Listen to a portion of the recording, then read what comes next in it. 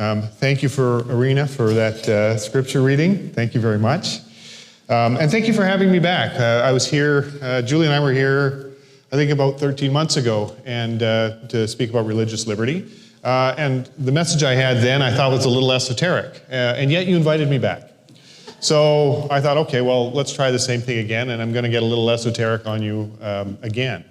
The point, though, that I want to try and make through this message is to highlight why religious liberty cases are getting more difficult. Religious belief generally is not viewed in a positive light, certainly not as positively as it's been viewed before. And I've done a lot of thinking about why that might be. And so that's really the impetus for what I want to share with you this morning. Really what I want to address is the following question. How can we as Christians who profess the return of Jesus Christ and a coming judgment speak to a postmodern secular mindset? When we approach the world around us, do we have anything in common? Do we speak the same language as our secular neighbors and our friends? Do we have anything that we can share? You'll see from a couple of the religious liberty cases that I'll refer to that Christian teachings are increasingly out of favor in the world around us, and certainly judicial reasoning and cultural reasoning and sensibilities aren't as welcoming to Christian and religious thought as they once were. We live in a postmodern culture. It has little time or respect for the moral absolutes of the Bible. But postmodernism and its moral relativism don't adequately address the yearning that we as humans have for a deep and meaningful relationship with our Creator.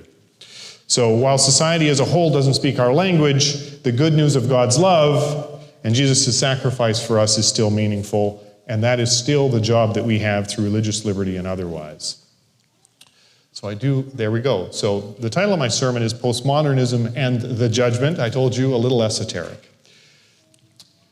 This building, this is the Wexner Art Center at Ohio State University. And there was a famous Christian apologist, and he was doing a lecture at Ohio State, and he was being driven to the auditorium. And the driver, who was a booster of his university, took him past this building. And the driver said to him, look, this is a brand new art building for our university. It's the most fascinating building on campus. It's designed in the postmodernist view of reality. The building doesn't make sense. There's no pattern to it. There are staircases that don't go anywhere. There are pillars that don't join any surfaces. It's a random, meaningless design. The architect said that he designed the center to reflect what life was all about. It doesn't go anywhere. It's mindless. It's senseless. The Christian lecturer turned to the man describing it and said, I sure hope he didn't do the same thing with the foundation. Because you can get away with doing random, senseless things with the superstructure sometimes, but you can't do that with the foundation, not without long-term, serious harm. And people are doing that with the worldview that guides our society and our culture. The foundations of our culture are in jeopardy. They're not providing a coherent set of answers anymore. And we're seeing that in the courts in Canada and throughout the Western world. But the good news is that God has an answer for that. So I've got 3 points that I want to cover this morning. The first is that postmodernism is inconsistent with belief in the God of the Bible. The second point is that the postmodern mindset, although we call it postmodern, it's not in fact new at all. And lastly, that we are made to be in a relationship with God, notwithstanding what the world around us might say. So you've all heard that we live in a postmodern society. You've all heard that, right? What does it mean? Well, I went to Wikipedia. When you need to know anything, you go to Wikipedia. And here's what Wikipedia says what postmodernism is. Postmodernism is an intellectual stance, so it's something in the mind, and it challenges worldviews associated with enlightenment rationality. So it challenges rational thinking. Postmodernism is associated with relativism, and it is associated with a focus on the role of ideology in the maintenance of economic and political power. Postmodernists are skeptical of explanations with claim to be valid. The other word for valid here is true. So it's skeptical of anything that claims to be true. True for all groups, cultures, traditions, races, and instead focuses on relative truths of each person and considers reality to be a mental construct. So nothing's really real. Postmodernism rejects the possibility of unmediated reality or an objectively rational knowledge. So it rejects the idea that you can actually have objective truth. It asserts that all interpretations are contingent on the perspective from which they are made. Claims to objective fact are dismissed as naive realism. So you get that? Postmodernism challenges rationality. It challenges logical reasoning. It's based on relativism. It's skeptical of any explanation that claims to be true or claims to be valid. It rejects the possibility of anything actually being true or objectively rational. If you believe anything is objectively true, then you're naive, you're unsophisticated. In an article in Prospect magazine, this is from August of 2011, and I'm going to come back to this article a couple times this morning. It was entitled Postmodernism is Dead. So 12 years ago, an author, a secular writer from England named Edward Docks, D-O-C-X, you can look up the article. He said postmodernism is dead. And he described what it was. He said, it is a high-energy revolt, an attack, a strategy for destruction. It's a set of critical and rhetorical practices that sought to destabilize modern touchstones of identity, historical progress, and epistemic certainty. Above all, it was a way of thinking and making that sought to strip privilege from any one ethos and to deny the consensus of taste. There is no single narrative, no privileged standpoint, no system of theory that overlays all others. All narratives, all ideas, they exist side by side with none of them dominating. Like I said, I'm going to come back to Edward Docks because even though he's a secular writer, he has some interesting things to say about where postmodernism takes us. Postmodernism is the parent of moral relativism. You've heard of moral relativism. There are no set of morals that are objectively true. No beliefs, no viewpoint that have a privileged place in society, including any religious one. All worldviews, all belief systems are just social constructs. None are better than any others. Now, I ran into this, I think the first time that I remember it, when I was a freshman in university in the late 1980s. We were 18 years old, so we already knew everything, but we were still in university notwithstanding that. And we were having debates with each other about everything, right? We just wanted to argue about, maybe that's why I'm in the profession that I am. But we wanted to argue about everything. So we would engage in these debates in our dorms and everywhere else. I was at UVic. I was at a secular university. Now, I grew up with the idea that, although I wasn't an Adventist, that there was such a thing as absolute truth. And by arguing and debating and studying and researching, that's how you get to find out what the truth is, what's actually going on. And whenever we would get into these arguments, so many of my dorm mates would end up with the same answer to everything, which is, well, that's just your opinion. Just an opinion.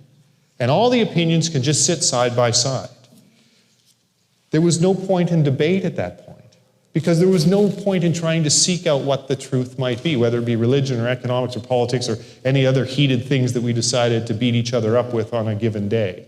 There was just no point in it, because they got to have their idea, their opinion, their truth, and I got to have mine, and it didn't matter that they ever met. But what does that really mean? It means there's no truth at all, which kind of makes everything meaningless.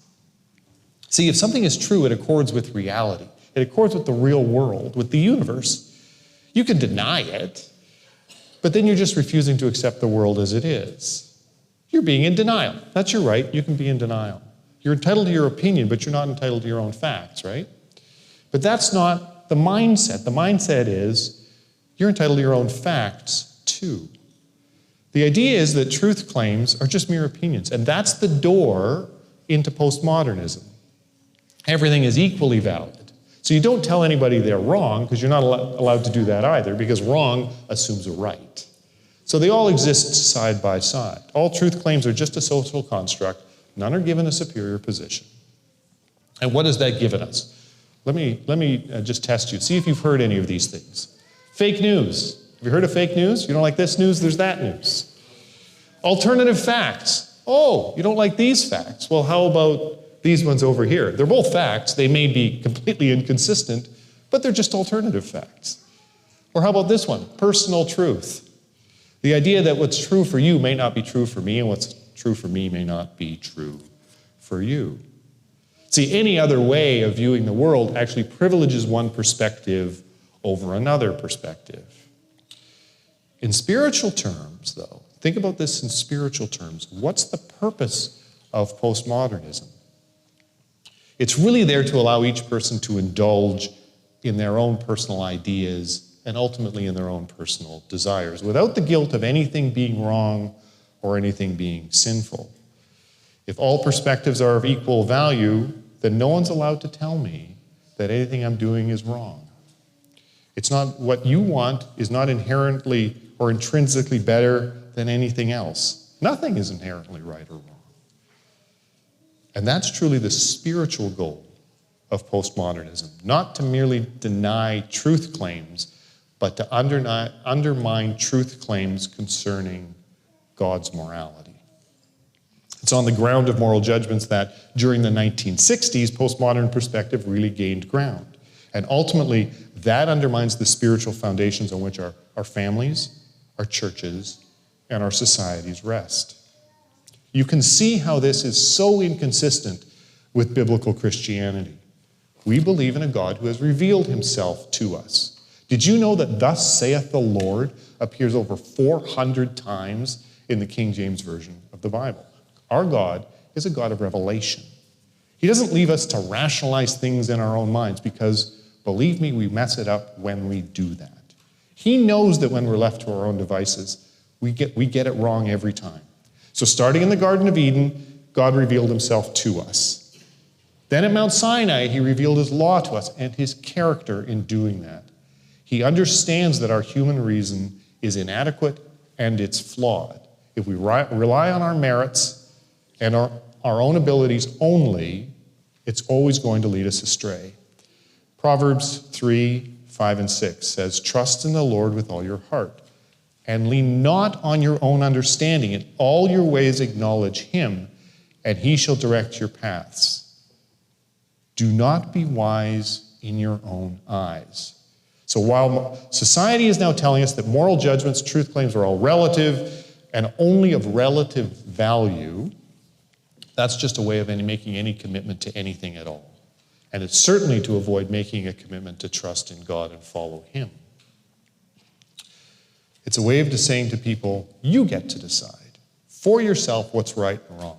All views are equal. They're only of relative value. But God and his truth are not of relative value. They are of absolute value. There's nothing of greater value in the cosmos. And anything that conflicts with them is, in reality, of no value at all. And further, God told us that we are of absolute value. The postmodern mindset won't even accept that anymore, that human beings are of absolute value. We're just of relative value in a created order. And when we hold on to and manifest an uncompromising trust in God, we dissent from the prevailing mindset of our time. The conflict is inevitable. Just as politics follows culture, so the law has been following politics and culture. There is skepticism in our courts with respect to any religiously based truth claims whatsoever. Unless you come to the court with a worldview that acknowledges, well, all ideas are of equal value, there's a deep ingrained skepticism that's now built in. And we see that in some of the cases. Let me just talk to you about a couple of them. The first one is the Christian Medical and Dental Society of Canada and the College of Physicians and Surgeons. This is a 2019 case from the Ontario Court of Appeal. There was a group of doctors, and they were up against their professional college. Because the college said, look, if you're not going to engage in certain medical practices, you have to give an effective referral. So if you object to abortion or medical assistance in dying or other things on the basis of your religious beliefs, You have to still give a referral to make sure that those people get that service elsewhere.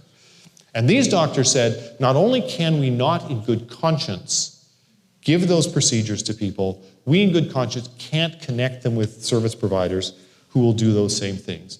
On the basis of our religion and our basis of our commitment to God, we can't do that. Now, the court acknowledged that these doctors had these religious beliefs. And they acknowledged that the beliefs were central to their lives and informed everything that they do, including their practice of medicine. The court also accepted that the effective referral would contravene their conscientious and religious beliefs. However, the court said you still have to do it. Why? Because, and this is a quote, patients should not bear the burden of managing the consequences of the physician's religious objections. The doctors, they said, have no common law proprietary or constitutional right to practice medicine. And they are subject to the requirements that focus on the public interest rather than on their interests. You see, their beliefs were only of relative value and only of value to them. They weren't of any value to the society as a whole. So the doctors were, from the view of the courts, they were just claiming their own interest and hurting patients by doing that. What was in the overall interest of society had to come first, notwithstanding these moral objections by the doctors. The second case I'm going to take you to is a case that I did, representing Trinity Western University. I think maybe I mentioned that last time I was here. Trinity Western University had a community covenant, and it said that if you attend our university, we expect you to behave in a certain way consistent with our evangelical Christian beliefs. And one of the things we say about our commitment to adhering to proper conduct is that sexual behavior is restricted to marriage between a man and a woman. But Trinity Western wanted a law school, and so they got approvals, but then law societies across the country, particularly British Columbia, Ontario, and Nova Scotia, said, we're not going to accept your graduates. Why? Because we think you're discriminatory on the basis of sexual orientation. Went all the way up to the Supreme Court of Canada. We actually won 5-0 in the BC Court of Appeal. 5 judges is rare in the Court of Appeal, but they sat 5 judges, and we were successful, 5-0. Then it got to the Supreme Court of Canada, and Trinity Western was unsuccessful. And I've put up on the screen some of the things that the majority at the Supreme Court of Canada said about the religious beliefs at Trinity Western University. They said that Trinity Western's religious belief caused the risk of significant harm to other people. The community covenant harms overriding public interests. They said that the religious beliefs are degrading and disrespectful. This is not a court that was being impartial about religious beliefs at all. They said Trinity Western requiring this of students offends the public perception that freedom of religion includes freedom from religion. Think about that for a second. Do you see what the court did with that last one? It said that a religious organization that enforces religious standards within its own community is denying freedom of religion. Why? Because they're forcing themselves on other people who voluntarily join a Christian organization. This is the Supreme Court of Canada. This is the Supreme Court of Canada speaking. This is the basis on which Trinity Western ultimately lost. Now, this decision, to my mind, is the natural outcome of a postmodern view in which no one's allowed to proclaim that their beliefs are actually true. Not just true for themselves, but actually true for everyone.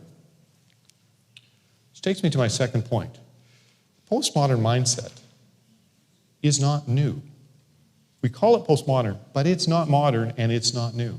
The text we read this morning from Psalm 96 is a peculiar one if you think about it, from the perspective particularly of the secular mind. We read verses 11 through 13. I'll just read them again quickly. Let the heavens rejoice, let the earth be glad, let the sea roar and all its fullness, let the field be joyful and all that is in it. Then all the trees of the woods will rejoice before the Lord. Why? Why is this rejoicing happening? What's the reason for the celebration? For he is coming. He is coming to judge the earth. He shall judge the world with righteousness and his peoples with his truth. Do you see that? These are verses of praise and celebration. What's the reason for the celebration? We're going to be judged. Like, how does that, yay, the judgment is coming. How does that fit with a modern mindset? See, the modern mindset is there's no right and wrong. How can you be judged against something that is only relative? With no objective standard, there's nothing against which you can be judged. Look, even if you accept that there's an objective standard, and we know that there is, typically being judged is not a reason for celebration. Over the years, I've spent some time in courts. The only people happy to be there, I can tell you, are the lawyers. Why? Because we're getting paid to be there. Nobody else is happy to be in court. Nobody actually wants their fate put in the hands of a judge or a jury. But to the secular mind, celebrating judgment is particularly strange. Why do we celebrate the coming judgment? And I'll come back to that in my third point. But just let me ask you, what's one of the worst insults you can give to somebody in today's world? You can tell them that they are being judgmental, right? The whole idea of judgment is completely out of sync with our modern world. Now, I want to be clear here. I'm not calling on everybody to run out and start judging others. Jesus is very clear about this. Judge not lest you be judged. The point I'm making is that to the postmodern mindset, it renders any form of judgment to be illegitimate. But this perspective is not new. It was predominant in the ancient world as well. I'm going to back up in Psalm 96. And start at the beginning. Oh, sing to the Lord a new song. Sing to the Lord all the earth. Sing to the Lord, bless his name. Proclaim the good news of his salvation from day to day. Declare his glory among the peoples, his wonder among all peoples. For the Lord is great and greatly to be praised. He is to be feared above all gods. For all the gods of the peoples are idols, but the Lord made the heavens. See what David is saying here in Psalm 96? God is not a God. He's not just one of a pantheon of gods. He is the God. He's making this point deliberately. And I'm going to get into the story of Psalm 96 and where it came from to make this point and why I think David is saying it this way. Interestingly here, David specifically refers to God's role as the creator. Why is God the God? Look at his creative power. Compare this to Revelation 14 in the three angels' message. So just look at the words on the screen while I read from Revelation 14. Fear God and give glory to him for the hour of his judgment. See that? The hour of his judgment, which was at the end of Psalm 96. And worship him who made the heaven and the earth, the sea and the springs of water, his creative power.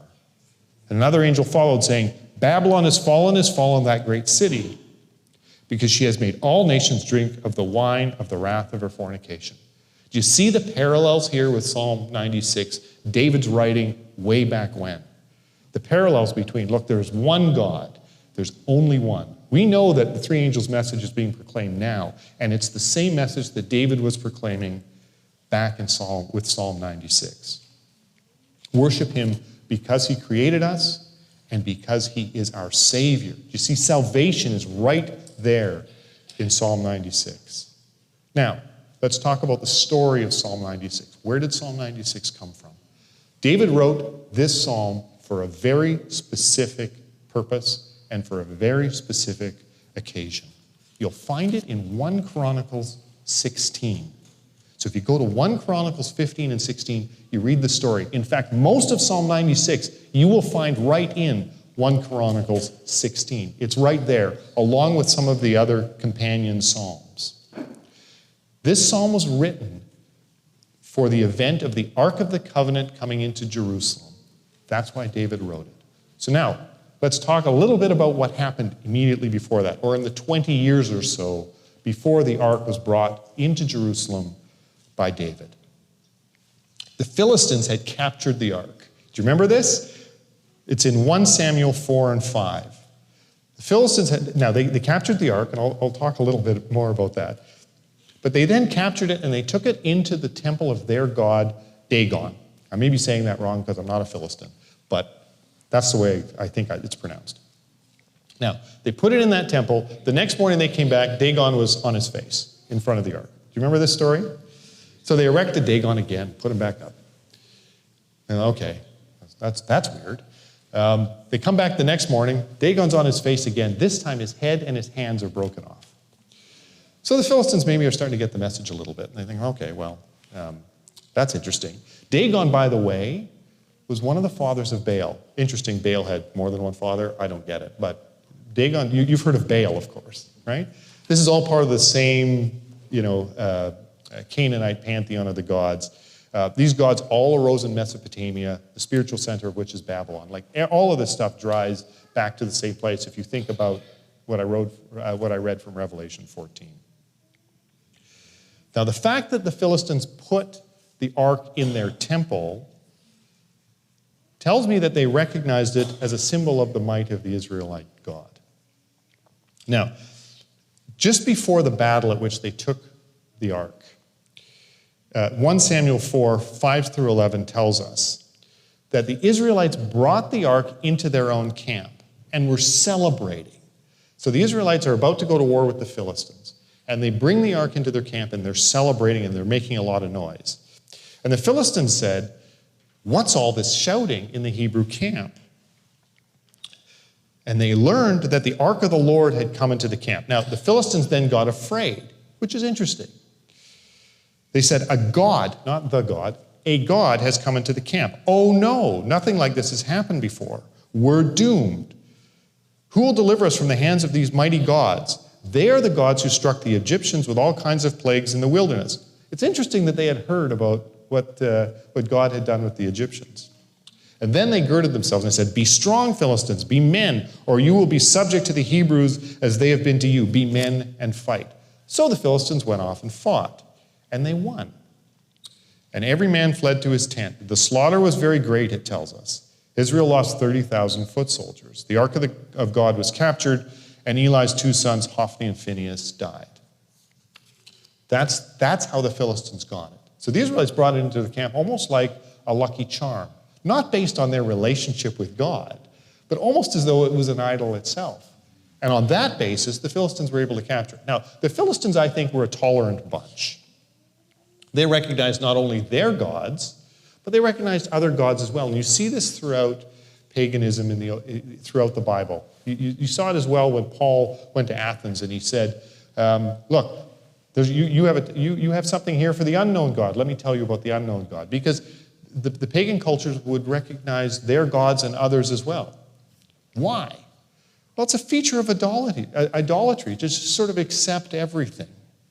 You're willing to accept a variety of transcendental truth claims. They're all equally valid. You don't like this pagan god? Well, that's okay. I got another one for you over here. So the Philistines recognized this God was mighty. They were scared at first. But then they said, no, we'll fight on and maybe we'll win, and they did. But they then recognized it only as a physical object. So they brought it into their temple, the temple of Dagon. They got a surprise. Now, I think God's got a sense of humor when he broke their idol into pieces. But then what happened next for the Philistines was even worse. Do you remember the story? They then started carting it around to various Philistine cities. And every time it went to a Philistine city, they did this 3 times. Everybody in the city got sick and got tumors, is what the Bible tells us.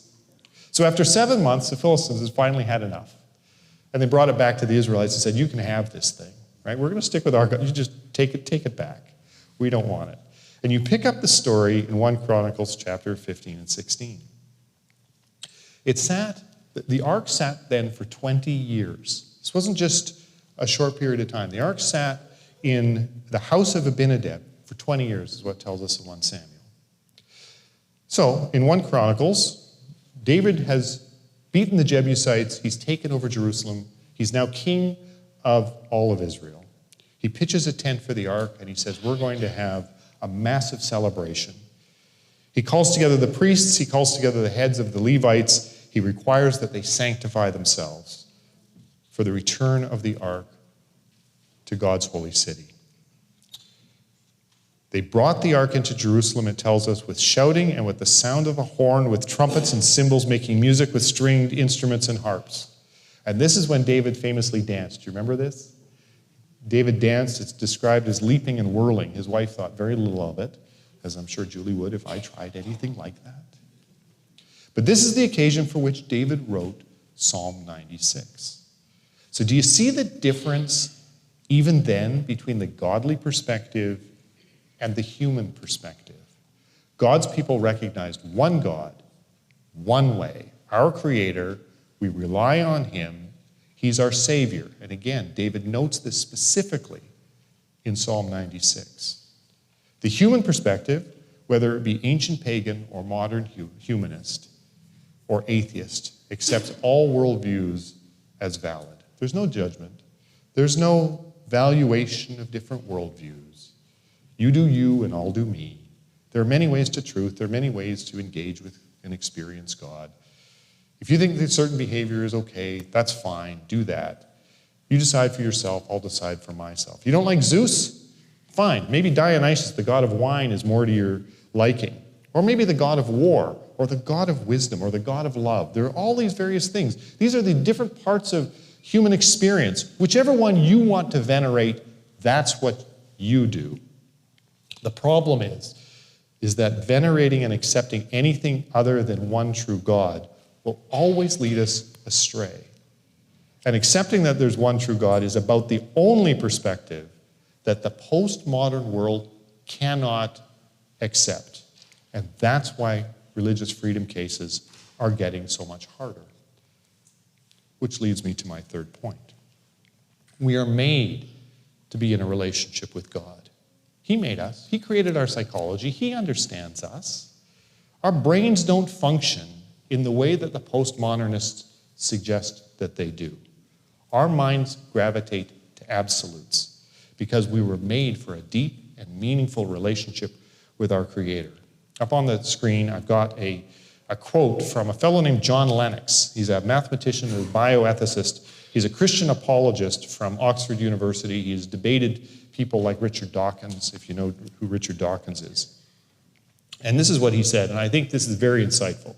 He says, if you relativize the absolute, you will eventually absolutize the thing of relative value. What does he mean by that? He means that if you treat Jesus as something of relative value, you'll eventually start treating something else as of absolute value. If Jesus is not the center of your life, something else is going to work its way in there. It'll become the thing for which you are prepared to sacrifice everything else. If it's your career, if it's money, if it's romance, if it's your family, whatever it is. That thing that's otherwise of relative value, you'll absolutize it. And you will sacrifice everything, including a life that is pleasing to God. Whatever that other thing is, it'll eventually turn you away from Jesus. If you just treat Jesus as something in your life of relative value, something else will take the predominant position and push Jesus to a secondary or even lower position. Your relationship with Jesus will just become one aspect of your life that in the end of the day, you really don't take all that seriously. That's at a personal level. But it's also true at a societal level. I mentioned the article called Postmodernism is Dead by Edward Dawkes. I'm going to come back to that now. He's written some interesting things. Here's what he said about postmodernism. If we deprivilege all positions, we can assert no position. We cannot therefore participate in society or the collective. And so, in effect, aggressive postmodernism becomes, in the real world, indistinguishable from an odd species of inert conservatism. Okay, that's a lot of words.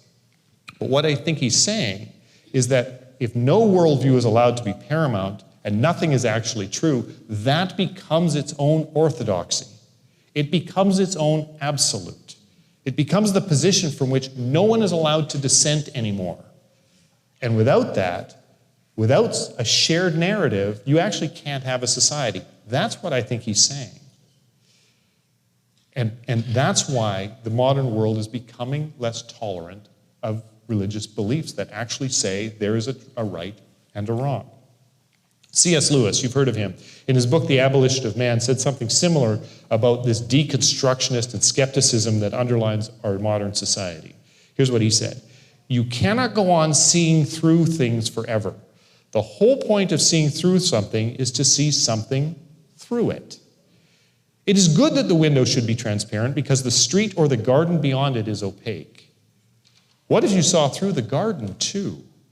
It's no use trying to see through first principles. If you see through everything, then everything is transparent. But a wholly transparent world is an invisible world. To see through all things is the same as not to see at all. And I think he's right. See, the point is to see Jesus. You see through other things to see what's truly important, to see his love for us, to see his sacrifice for us, and to rest and rely on him in everything that we do every day. To claim that all morality is relative is to have no moral claim at all. To say that nothing is true, first of all, let me say this. To say that nothing is true is a logically incoherent statement because it's a statement of truth itself, right? So it's logically incoherent. But if you actually follow it through philosophically, it's to see nothing at all. It is to create a world that is meaningless and empty. One more quote from Edward Dawkes. He says, the immediate consequence in the West seems to have been to breed a generation more interested in social networking than social revolution. But if we look behind that, we find a secondary reverse effect, a universal yearning for some kind of offline authenticity. This is really interesting language. We desire to be redeemed from the grossness of our consumption, the sham of our attitudinizing, the teeming insecurities on which social networking sites were founded and now feed. If we tune in carefully, he says, we can detect this growing desire for authenticity all around us. And I think he's onto something, because our human mind doesn't work the way the postmodernists say that it does. We want something meaningful in our lives. This is true for people even when they don't realize it. We crave to be redeemed from our fallen, sinful, and broken state, even if people don't know it. But collectively, in our sinful state, we look elsewhere as a society. We come up, and we have come up with all sorts of utopian ideals to try and fix our condition. We want to fix the world on our own. One of the more recent ones is the idea that equality, diversity, and inclusion is going to fix everything. Now, I've got no problem with equality, diversity, and inclusion. We ought to be kind to everybody. We ought to treat everybody equally. Everybody is equal. Everybody's entitled to kindness. But we should abhor worldviews that ultimately will separate us from one another. And this new form that's arising has a particular authoritarian twist to it. It's not friendly to biblical beliefs. It results in intolerance of Christian beliefs in particular. And it's this intolerance that allowed the Supreme Court of Canada in the Trinity Western case to declare that Christian beliefs were degrading and disrespectful. It's what allowed the government in Quebec right now banning government employees, including teachers, police officers, government prosecutors, and others, from wearing any religious symbols and clothing while at work in the name of freedom of religion. Get that? You can't wear, if you're an Orthodox Jew and you wear a yarmulke, you can't wear it. Why? In order to promote religious freedom. That's what they say. But what it really is religious intolerance. In an effort to increase tolerance and understanding, society is becoming intolerant of religious beliefs and practices. You don't have to wonder where the persecution is going to come from. You don't have to. We're seeing it in the world around us. But this is just the most recent outcome of our utopian ideals and seeing what happens when we rely on human reason alone. Do you remember the French Revolution? Not personally, you don't remember. It was the late 1700s.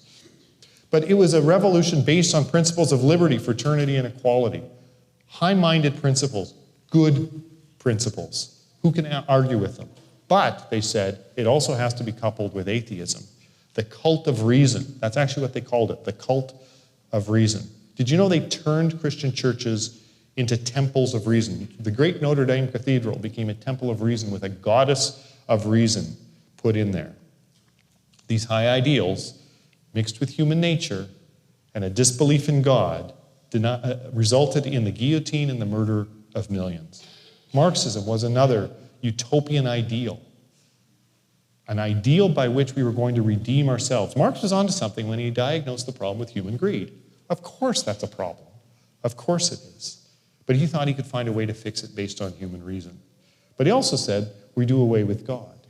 He's the one who said that religion is the opiate of the masses. We don't need that. We can fix this based on our own brains.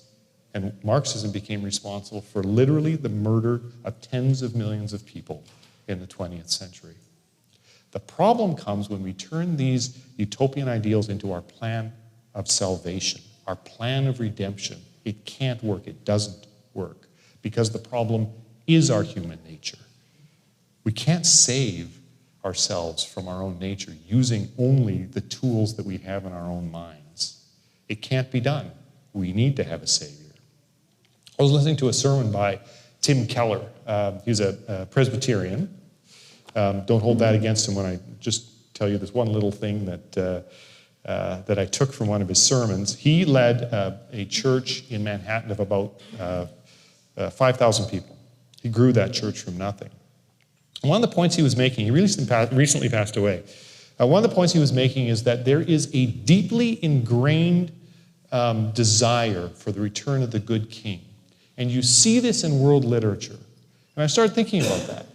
And it's true. Think about a lot of the old stories. The story of Robin Hood. There's bad King John, but one day King Richard's going to come back and put everything right again. How about the story of the legend of King Arthur? Right? King Arthur was known as the once and future king. King Arthur was the just and noble king, and one day he's going to come back and England will be put back into its perfect state. How about all those princess stories? One day my prince will come and then we will live happily ever after. Even the Lion King, right? You got the bad lion who's taken over the savannah, but one day Simba's going to grow up and the good king's going to return and put everything right again. There is a deep-bedded collective knowledge that we need a good king to return. And you see it in Western literature.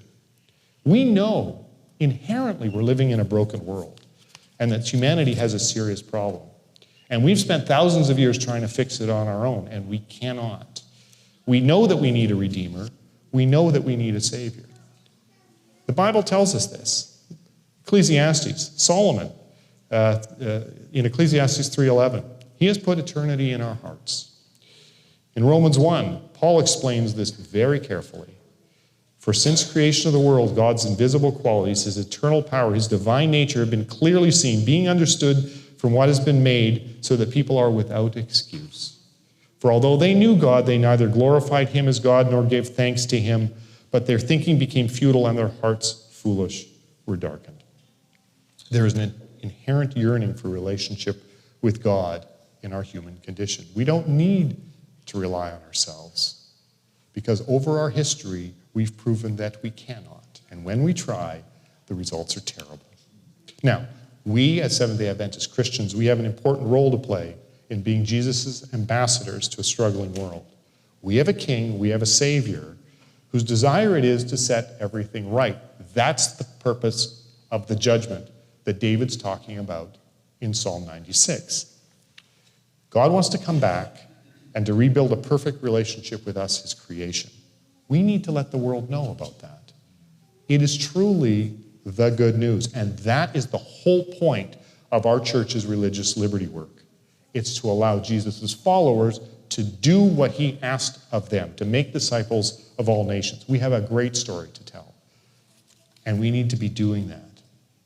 God has said, you can choose me or you can choose somebody else, something else. You can choose the postmodern idea that you can be an atheist and you can just pick whatever you want. But the religious liberty work is intended to carve out and preserve a space in which God's people can share the good news of God's love for us and what the actual salvation is for a broken world. And we have to be prepared to do that work, or else there's little point in preserving religious freedom. Look, he's coming back as he promised.